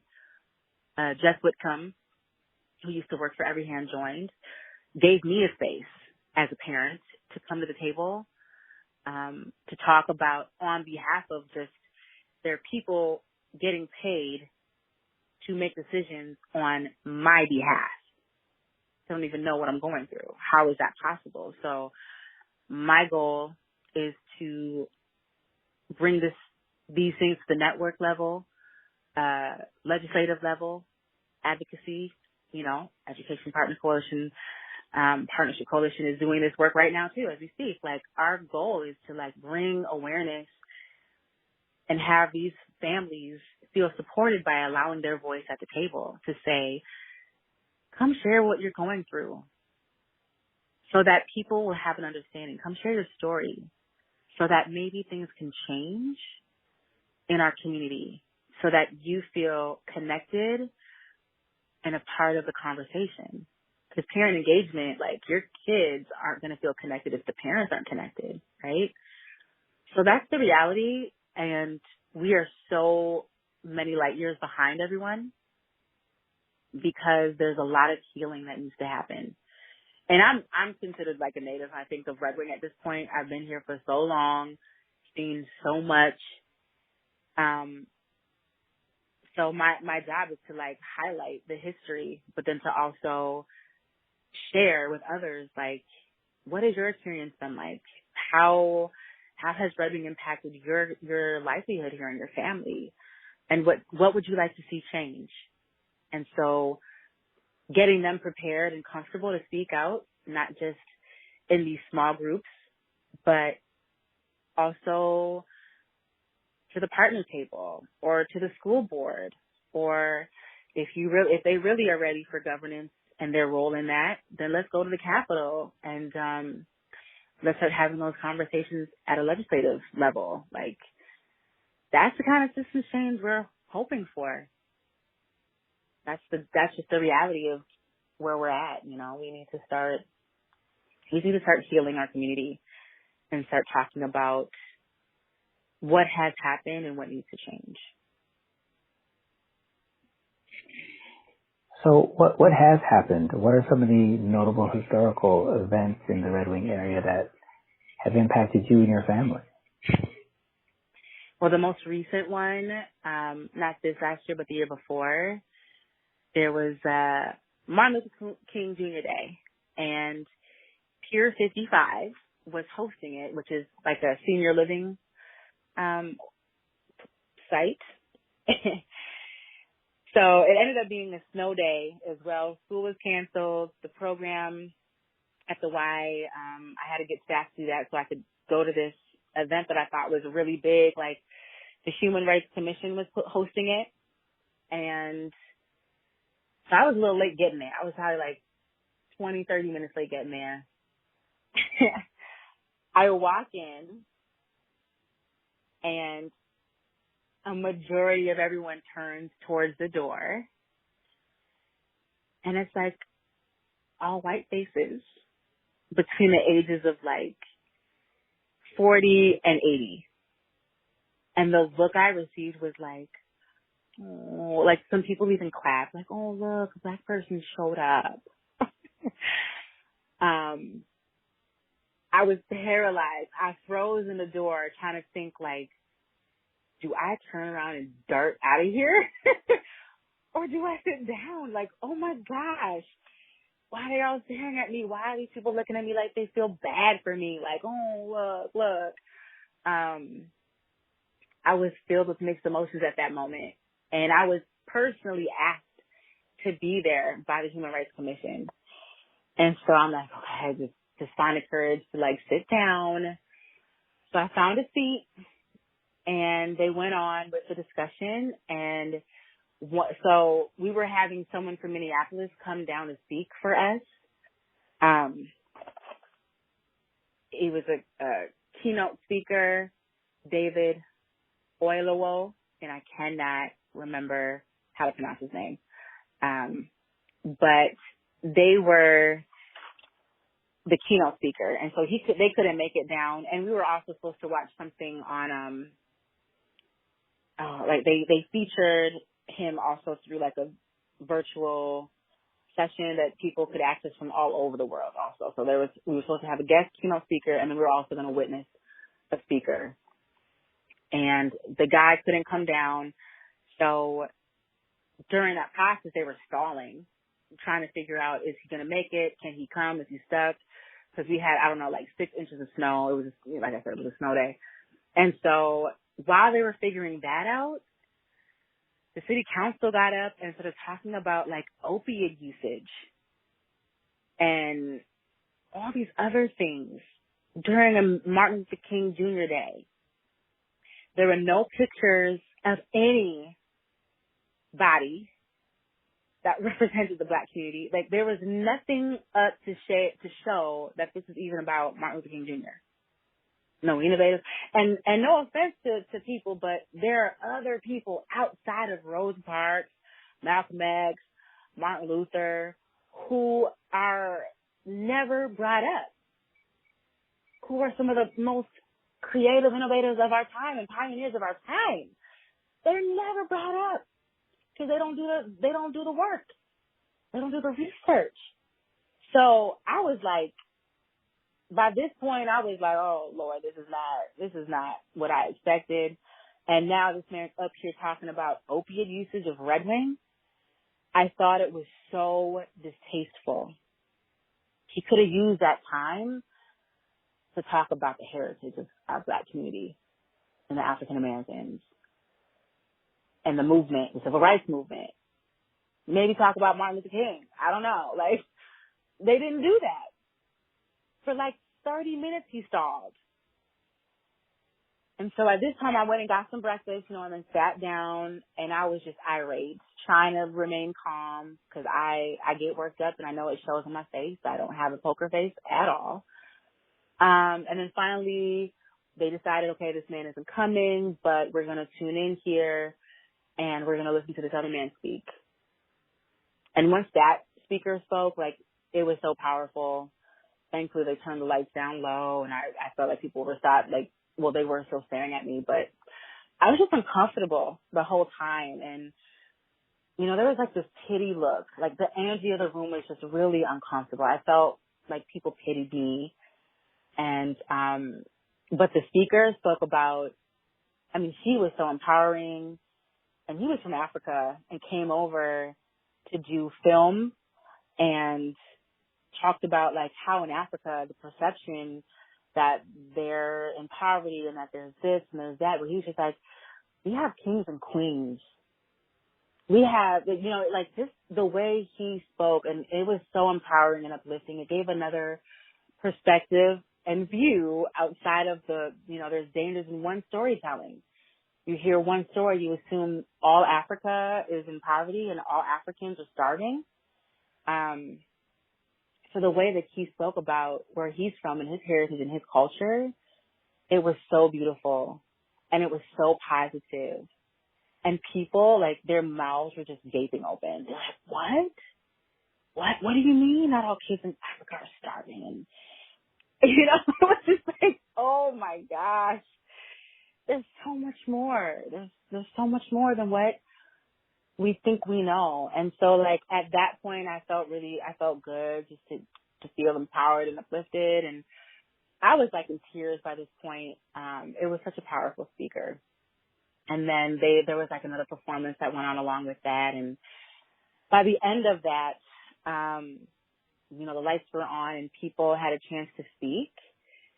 I think they probably didn't think very clearly about what that would look like, because the point was to have Black people speak about, maybe share something from their perspective, and how they've been impacted in Red Wing. But instead, one woman stood up, and from the outside, even her complexion is very fair. And if you didn't know, or like if she didn't tell you, she was a mulatto. I'm sorry, that is a derogatory term. It actually means a donkey. Anyway, she was mixed or biracial, and she spoke on behalf of like all the Black people. And I was like, I've never seen her, don't recognize her, and she looks like she's white. And so my attitude, I was so beside myself, Jeremiah. I was really upset, and I'm like, I want to see like what her family looks like. I want to see who she's associated with. Like, she's not speaking for me. She's the fairest one in the room, and she has the floor. And everyone is like, oh yeah, I'm applauding her, but she's like, she passed for a white woman, and then later I had someone speak to me about it, and they're like, Temeka, I just want to share with you, like, and when I met who her brother was, who is, my complexion, I was like, okay, all right, okay, I'll calm down. But overall, that event, it was a flop for me. And this last year, they were like, oh, Temeka, what do you think about us doing an MLK thing again? I'm like, you guys do it on your own. I don't ask me my opinion. I'm not going to come to support or to speak on it. Because they were worried, well, if we don't, because they didn't have time to do it again. You know, they're like, oh, we're running out of time, so we can try to pull it off, but will we offend people because it's not going to be what they think? Or if we don't do anything at all, will people be offended that we didn't do anything at all? And I'm like, no one is looking for you guys to do this. If you're not even bringing the Black community out to support it, you're not doing it for us. You're doing it for yourselves, to make yourselves feel better about something. Because the last couple ones, people were, it did more harm than anything. And when people heard wind of what happened, they thought it was distasteful, and they weren't even present. So if you as a community think that you need to do something, I would say do your best and try to pull it off. But I would ask you this important question: who are you really doing it for? You're not doing it for us. You're not doing it for me, because I'm going to do that for myself no matter what. I'm Black 365 days a year. Okay, like one day isn't going to make a difference to me, at least. And to our community, maybe it might make them feel like, oh, they're giving honor, but if you're not able to do it in a way that's tasteful and respectful, it's gonna get lost in translation. So, you know, like, and my dad, who is very blunt and pointed about what he thinks, he's just like, oh, you know, they're just doing it because they feel bad for you guys. You know, that's how he talks now. I don't know if it's his old age, but he's very plain about what it is. Like, people feel bad. They want to try to, you know, make you feel better, but really they want to make themselves feel better. So I cringe when I think, oh, if it has anything to do with African American heritage, who's going to try to pull it off? And is there anybody Black supporting what they're doing, or is it just all white people thinking that they're going to read a book and then try to share an African American or Black person's experience from Red Wing? Like, it doesn't work. It doesn't work.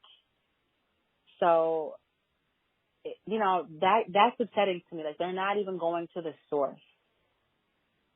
They're not going to the source to hear from people in their own lived experiences. That's not going to shift anyone's perspective when it's all white people talking about the Black man's experience that they've never experienced or endured. How does that work? So I have yet to see something that really empowers our community and our people, but also speaks to us because it has us in it. They just haven't been able to do that yet. And I've been waiting for a long time. Like, I don't know when that day is going to come. Why do you think for this particular event there was such a low turnout of so few Black people in the room participating? It could be a couple of things. They didn't market it very well. I only knew about it because I happened to be friends with a few of the people who are from the Human Rights Commission. So I was asked about it, but they didn't market it very well to the community. And again, like, we have pockets. If you're not going to where these families are living, because you're assuming that everyone has Facebook or social media or access to a computer, a lot of families might not get that. So it's, you know, how they assume, they make a lot of assumptions when giving out this information, thinking that they're reaching those families, but they're not. And I think it's a trust issue. They might have found other Black people to speak up or maybe attend, but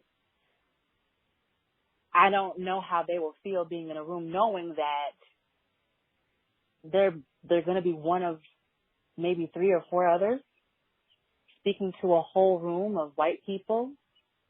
I mean, if it's not done well, it's not going to go well. How can you expect people? And I think and I remember hearing from some of the Black people in the community was like, I'm not going to go to a board meeting and think that I'm going to teach these people about myself for them to just continue on behaving the way that they're behaving. Like, they can't grasp that. And honestly, neither can I. You know, like, I've been even told in some of the things that we've been wanting to put on, oh, but they have to come this way and they have to do that. And I'm like, you're not open to culture. Like, if you think that the culture you're trying to reach or the people you're trying to reach have to adapt to traditional white tradition or white culture, my dad hates the word culture, by the way, because he's like, white people have culture too, you know. But just how the traditional, like how things are traditionally done here are with the white lens. If we're going to put on a barbecue and we want the Latino and Hispanic community and the Black community to show up, have you thought about what you're feeding them? Have you thought about what music you're going to play? Have you thought about what historical pieces or garments could be displayed or what things could be displayed to elevate, to highlight in a positive way, not a negative, but a positive way, so that people can embrace this culture? They don't do that. They want to have hot dogs and hamburgers and coleslaw and potato salad and play like John Lennon or whomever and think that you're going to draw those families out. No. Invite them to the planning committee. Say, you know, we want to throw this event on. Let's talk about what that could look like, so we could maximize the amount of families that we want to see there. That might be, you know, having different style of music. That might mean we're going to do some, you know, we're going to barbecue a little differently. We're going to have a couple dishes that feature and highlight that culture. Maybe we're going to have some chitlins. We're going to have some carne asada. We're going to have some black-eyed peas. We're going to have different interpretations of, you know, potato salads. We're going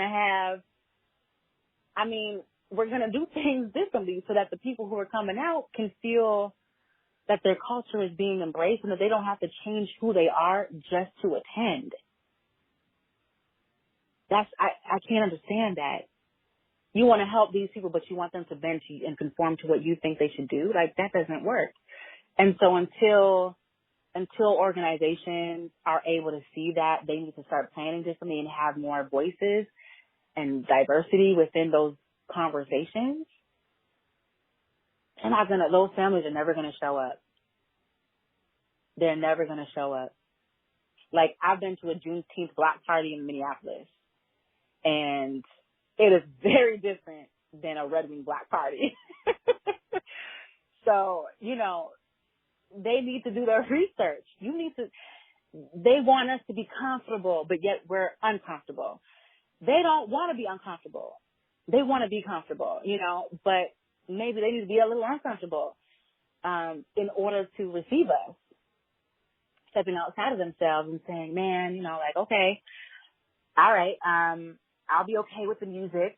It's going to maybe burn my ears because it's rap or it's hip hop or it's, you know, whatever it might be. And that's a stereotype as well. But it's just, they have to be willing to embrace and truly, genuinely embrace other people's cultural differences.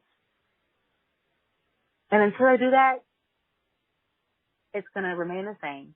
And families are going to be in hidden pockets and not feel a sense of connectedness or community because no one is embracing the way that the Black culture would maybe do something or the Latino and Hispanic community would do something. We got to go outside of Red Wing all the way to the cities because they know how to do it right.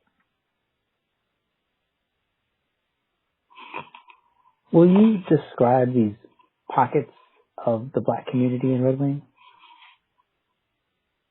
So when I refer to pockets, I just mean like there's particular places that you'll probably find minority families, and I call them pockets because to the community they're the low income areas, or there's just a lot of assumptions about these particular places, maybe because it's Section 8, or they see different things happening in that section of town. But people are kind of, I can't say afraid, but more reluctant to go to those places, to the parks there, or just to go for walks there, because, I guess I can say they fear what might happen if they're over there, because they know that there's more minorities that live in that area. But what happens is those pockets, if you will, get overlooked, and those communities get forgotten, or there's such a negative connotation attached to those areas. So then people, they label them, or they avoid them, or no one goes there looking for families. They look where they think that families are to be reached. Therefore, the people that they're trying to serve, who are considered the underserved community, they're not getting served anyway, because no one is willing to go within the community to bring whatever it is that they want those families to receive straight to that community. If that makes any sense. That's why there's the pockets. That makes sense. So how do communities socialize with neighbors? We're not socializing. We just don't. Individuals have to decide for themselves how they're going to navigate through their interactions with the community and with others, but they stick to themselves, or, they go someplace else and then come back down, or they have families maybe coming down for like barbecues and stuff, but like you don't really see a lot of the minorities out and about in big groups together. It's sad. Like when I see, like if I one day am driving through town and I can say that I saw 10 black people, I'm like, wow, look at all these black people today. That kills me even when I say it. Like, where are they? They're not out. They don't feel connected. And if they're out, it's maybe a few at a time, and it's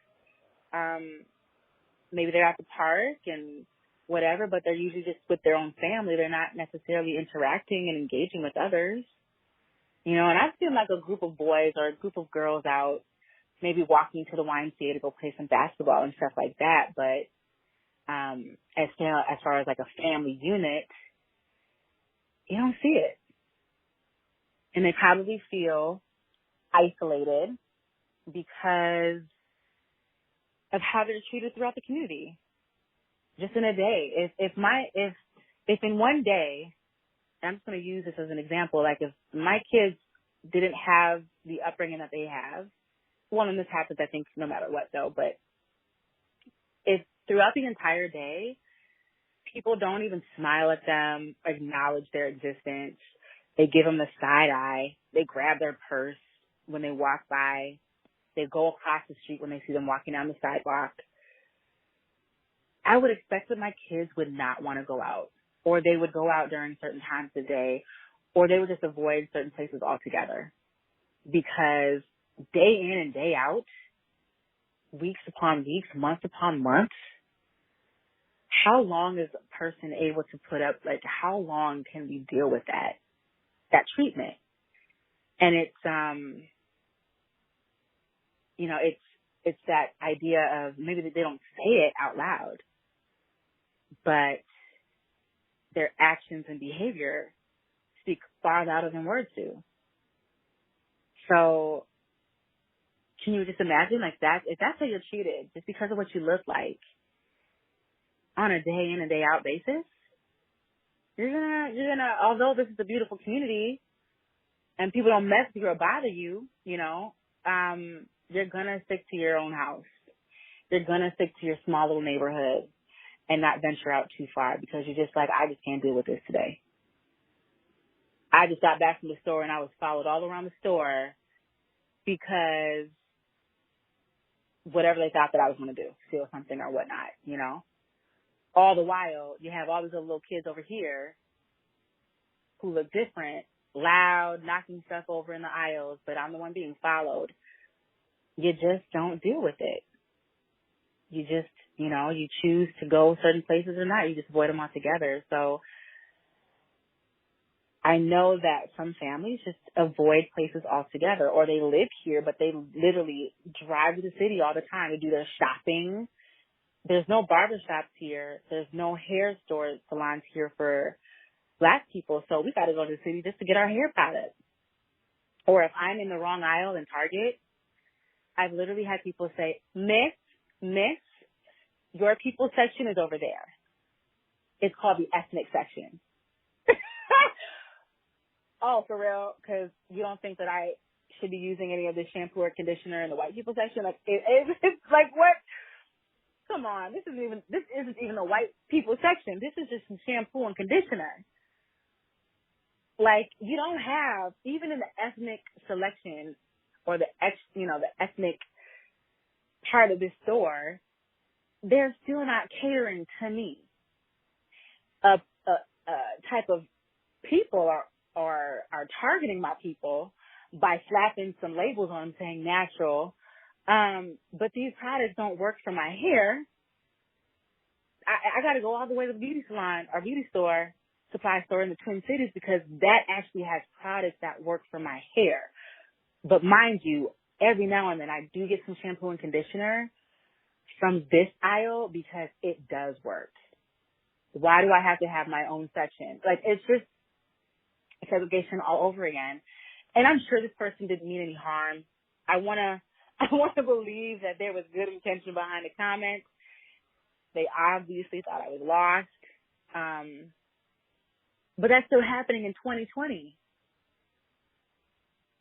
That's still happening in 2020. Your section is over there? Oh, okay. My kids just watched the movie Hidden Figures with me. So for our Black History Month, although we're Black all year round, we started reading about some really powerful women, and astronauts is one of them, and just how these women had this huge impact. So then we watched the movie. My eldest was like crying throughout the movie. Then I was crying, like we all were crying throughout the movie. Like my mom, my dad, my son, my middle son. There were points where he was just mad, but he didn't cry, but he just was mad. But he was just like, I can't believe they would do that to our people.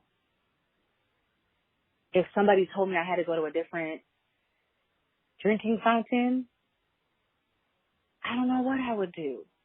And that poor woman, he was like, Mom, that poor woman who has to run all the way, like how many miles, like a mile and a half, just to use the restroom?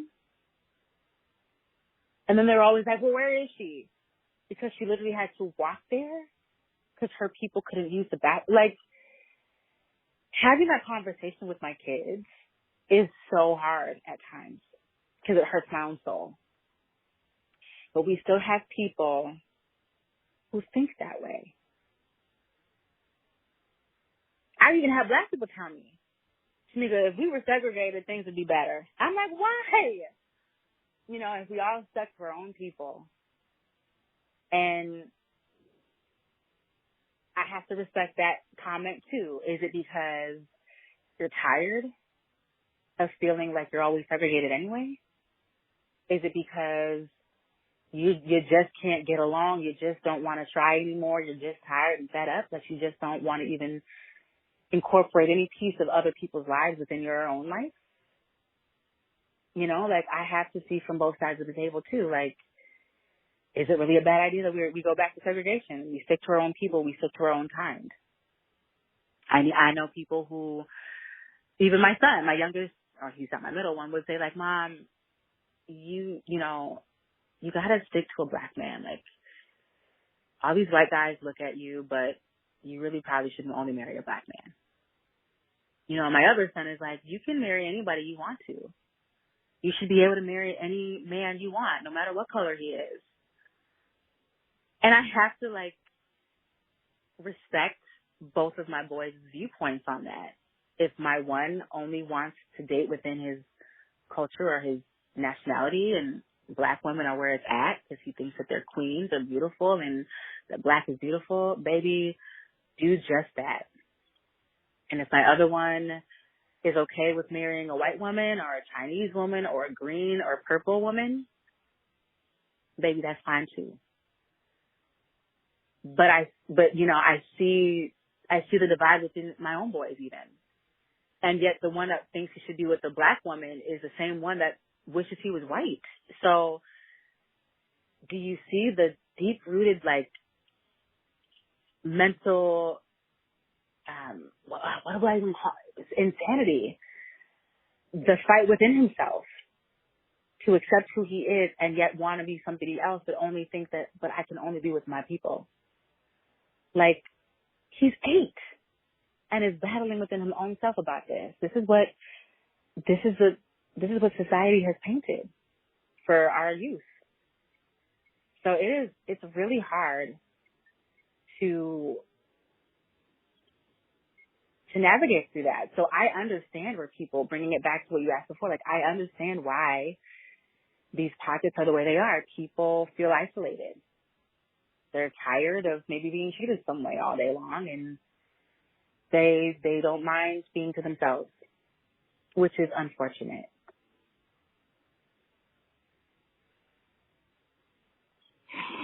So what organizations and spaces do you feel in the Red Wing area support you and the African American culture? The only one I know right now currently is Every Hand Joined. I'm currently an employee through them now, but I didn't know they existed before this. Never heard of them. Certainly didn't know that they were about equitable results. Certainly didn't know that they were talking about shrinking the opportunity gap. Didn't know that they were even having these conversations ever. So when Jess invited me in the beginning, what I heard was I couldn't handle what I was hearing. I didn't have all the facts. But the more I learned about the organization, the more I realized they're trying to make systems change. But I think the struggle is they still have a part in the table of the older generation and how the hierarchy is and has always been, who they still make decisions on behalf of, like, the community. And they're not used to having people who look like myself a part of that conversation. So things are shifting, but people aren't necessarily comfortable, or they don't understand, like, what that really means to shift systems. Like, they don't really see the value yet in having even parent engagement as a valuable program or a topic of conversation, because I'm going to just be real plain and open here. People want to do good, Jeremiah. People want to feel good about what they're doing as long as they get to remain in the position that they're in. But as soon as others are doing better and they're better off, the same people that want to do good now don't want that anymore. And so I'm not saying that this organization is doing that. I'm just saying historically, that's the way that it's always been. So in most organizations like this one, you have to literally flip tables. It's not, come and join the conversation. It's literally like, let me pull up a chair at the table. Because if you're not at the table, you're on the table. You understand? You're the discussion on the table. They're talking about you, but you're not there. So if we can get more voices at the table to kind of shake things up and to make people really listen, like it's gotta be more bold. It's gotta be more impactful for people to realize, okay, they can see it for what it is now. We didn't realize we were in the way. Like, we're the ones that might be in the way. They don't know that yet. They don't understand that. They've never seen that role as, oh, well, I'm here to help people. I have the money, I have the funds, I can create programming. But you've got to get out the way in order for the families that you're serving to really benefit and prosper by allowing new thinking to come in, new ideas. A change in systems literally means changing the system in the way that they've always done things and reminding them it's not working. Because if it was working, it would be different. So I believe there's a lot of good organizations. Ours is, I think, like I said before, we are eons behind the time. But thankfully we have other surrounding communities who are able to support us and to kind of, I'm here to learn from them and to kind of bring some of those pieces back to our organization to show them what equitable results can look like for our own community and to show them how to do that. No one here knows how to do that. And I certainly can't do it alone. Just because I'm a Black woman doesn't mean I'm always qualified for that either. I need just as much training to make sure that when we're presenting information within the network or at other leadership meetings or when we get to travel to speak on behalf of our organization and parent engagement or whatever it might be, that we're also speaking in a way that is still empowering people and that we're willing to work towards a goal, not tearing people down, not placing blame, not pointing fingers. I mean, I've been to some Strive Together conventions and I thought it was so powerful and uplifting, but one of my coworkers, who was a white woman, was like, I felt like I had to apologize to the whole room of Black people. That was her first response when we got back. And I'm like, no one told you had to apologize. But that was how she was made to feel. So, you know, does that mean people did anything wrong? No. But maybe she wasn't prepared or we didn't prepare going in. Well, I guess I was prepared. I knew what I was getting into. But maybe she wasn't prepared. So how can we make sure that people are prepared for what they're going to listen to or what they're going to hear, to not be offended, not to take it wrong, but to just be open-minded? And that it's not a personal attack on any individual. They're talking about historical, systemic racism that has been perpetuated for years. And not just for the Black people, Aborigines, Native Americans, monks communities. I mean, the list goes on. But there are now organizations who are able to acknowledge, and I think that's key. There's an acknowledgement that we see happening, and that's the first step, acknowledge, and then work through strategies or solutions to begin the healing process, right? So it's happening all around the world. BME, I think, is another one that was a great, I learned a lot from just that.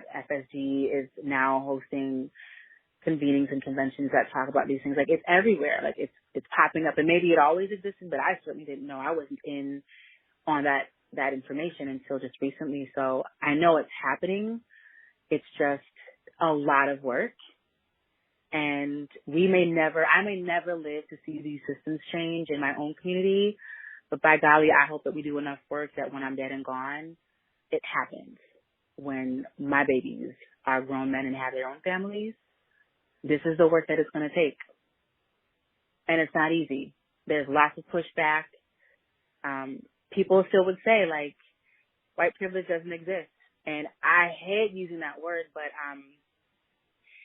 most recently my sister, who is my biological mom and dad's daughter, she is Caucasian as well, she just adopted a baby from Alabama who is a black baby, my little niece, Liana. And my sister has learned so much from my mom and dad. Like the adoption process for them the year before they got my niece was like grueling. It was really personal. They asked my mom and dad a lot of questions about the process and just how it was adopting outside of, you know, the white community or the white culture. And they learned a lot about themselves, you know, in regards to does white privilege exist? Like they had to read about white privilege and acknowledge that it does exist. At least this adoption agency said it existed. And they had to go through some trainings and some parent Q&As to discuss what that might entail if they adopted a black baby. How my nephew, who is 8, alongside with my 8-year-old boy, he is white, you know, so he struggled knowing that his sister was going to be black. He was worried that she would be teased when she started going to school. And he didn't know how he was going to be able to protect her. So, like, we really had family powwow, if you will, just working and talking through a lot of stuff that my sisters, who are 11 and 9 years older than I, they didn't witness a lot of what I was going through. And my mom and dad didn't tell them a lot about it either. And I guess I didn't really tell them about it. We were so different in age that we just lived and kind of just didn't talk about it. I also attribute that to just, I'm in a family of Finlanders who are just much more reserved and soft-spoken, and they don't share how they really feel. They talk around stuff, and then here's this black child who's just like in your face. I'll let you know what it is, what's going on, and outspoken. So it gave my sister more of a perspective of what I went through. And there was a lot of apologies that actually came out of that conversation about, I'm so sorry I judged you about your hair. Because they used to tease me they thought I was so vain because I would be in the mirror doing my hair for hours when really it took that long because my hair is not like theirs. And it took a lot of work. And just to get a style that looked what I thought was good took a lot of time and effort. And so now that she has to do my niece's hair, she has a different perspective and outlook, and she's oblivious, I think, to what people say or how they look at her, which that'll be for her benefit, but, you know, it really goes to show, like, how privileged she is, or maybe not privileged, but she realized the opportunities she had versus my setbacks. It took me a long time to get to a good paying job, a position that an organization believed in me, was willing to spend money to cultivate my professional development. No organization would have probably risked that. Maybe one did, I guess, in a way, but she's always had it easy. She's always had it simple. She's never had struggle. Doesn't even know what that looks like or what that means. No barriers, no real challenges that would impact her employment, her family, her anything. So, you know, she started asking me more questions about, like, well, I didn't know this was because of this. Like, I thought it was because... And I'm like, what? Because you thought I was not a hardworking person like you? Or because you assumed I was lazy? Or I don't understand. Like, you had those assumptions about me? When they were never true. Like, none of that was true. It was your own biases, but you never asked me. So, again, hard conversations about what my sisters thought of me. You know, they used to put money towards a Temeka fund because they thought I'd be some broke down single mom with no job. And they used to laugh about it. And now I'm just like, wow, I hope your fund disappears because I'm making more money than one of my sisters. My other sister, she's a doctor, but I'm making more money than my other sister now. So did our value shift? You know, like it didn't. I'm still your baby sister, but by golly, I had to maybe work a little harder than you did to get here. And she still makes amazing money, what she does. But it took me much longer. And I think they assumed, oh, well, I'm making this kind of money, you know, and what do you make? Like, do you know how hard I've been working just to make ends meet? But it wasn't always because I wasn't doing a good job or working hard. I wasn't getting the same pay grade as the woman next to me who's qualified. We're both qualified for the same position. So, you know, that's hard. That's hard to talk about within your own family when they see it, but they don't want to always accept it, or they assume it's something I did wrong or something. You know, that's hard, and they have to accept. Now, I can't even accept not necessarily white privilege, but just they had more opportunities. And when people didn't know I was their sister, we were obviously treated very differently. So when they would have to prove that I'm their sister, then people treated me differently. Like, you know how embarrassing that is to watch people shift in the same breath before they realize, like, I am the family, like, we're all family, and, oh, now you want to treat me differently? I shouldn't have to hold a sign that says, hey, I'm with the white family, like, treat me better. I shouldn't have to do that. But if I'm showing up to an event with my parents and my family and I'm being treated differently, and then they're like, oh, she's with us. Oh, okay, yeah. All we can do is look at that person or those people and be like, wow, like, okay. Yeah, well, maybe never come back here again. Like, that's hard, you know, and now my sister has to see that. And I think she's struggling to accept some of it too. Like, it shouldn't be that way. Well, yeah, welcome to the world. You know, your baby is going to go through things that I've experienced, and you got to be there to cheer her on and to remind her that she's beautiful no matter what. And I also have a daughter. So our 8-year-olds are the same. Like, we both had our 8-year-olds. And then now I have a baby who is literally 1 month older than hers. So we have 2 little black babies growing up. Mine is also mixed up with Cuban. So her complexion is a little lighter than my complexion and my boys. Her hair, it's still a cute little pretty afro, but it's looser texture. People, when they saw, people thought that I had twins, but then people who knew that one was my niece and one was my daughter would say things like, oh, who's prettier? I lost my shit at that point because I'm like, oh, no. We are not going to do that because my niece is my complexion and my daughter is fair skinned. She's like a pecan brown, you know. So in my mind, I'm thinking, do not begin to teach them that one is prettier than the other because their complexion or their hair is different. I was raised to believe that. You know, even in our own community, our black community, we have this, what's that term? House Negro, field Negro. You know, the ones in the house were more than likely the slave owners' babies, you know, when they used to rape the women. And now you have this biracial child, but the privileges that they get to live in a house. And then you have the dark-skinned black kids who, you're working the field.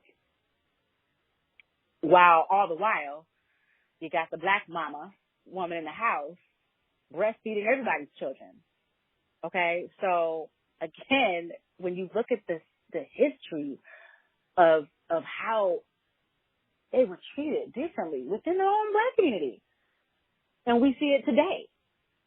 You know, there's this complex, oh, I'm better than you because I'm fair-skinned. I'm light complected. I got light eyes. My hair is good hair. And y'all are dark complected. You're ugly. And your hair is nappy. I have people call my hair fuzz. Oh, how do you do your fuzz? How do you fix your fuzz? You know, that still is happening today. And what's going to happen is my niece and my daughter are going to experience the same things that I'm talking to you about. How do we prepare them to be strong enough to overlook it and to be like unaffected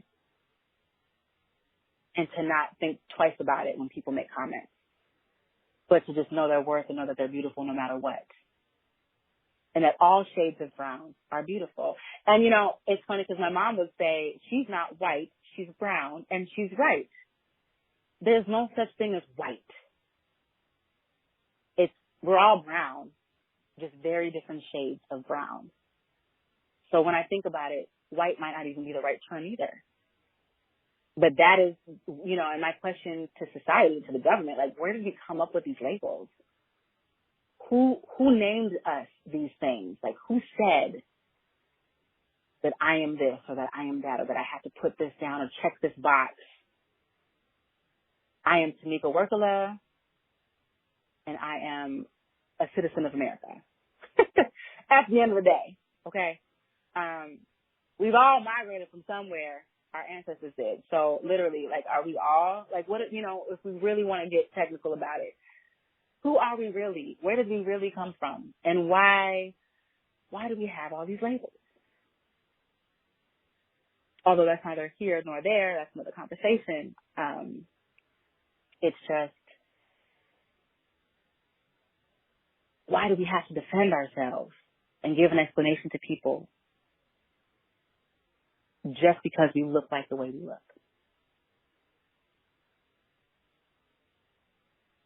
What makes them think that they're better than us?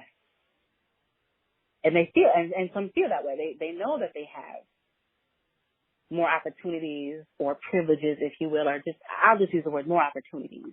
They know that. Or they just believe that they have the rights to them more so than we do. So.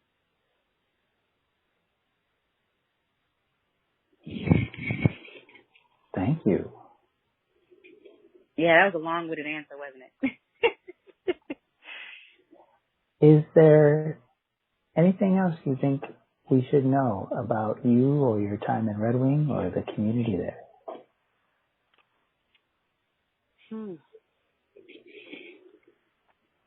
I guess just knowing that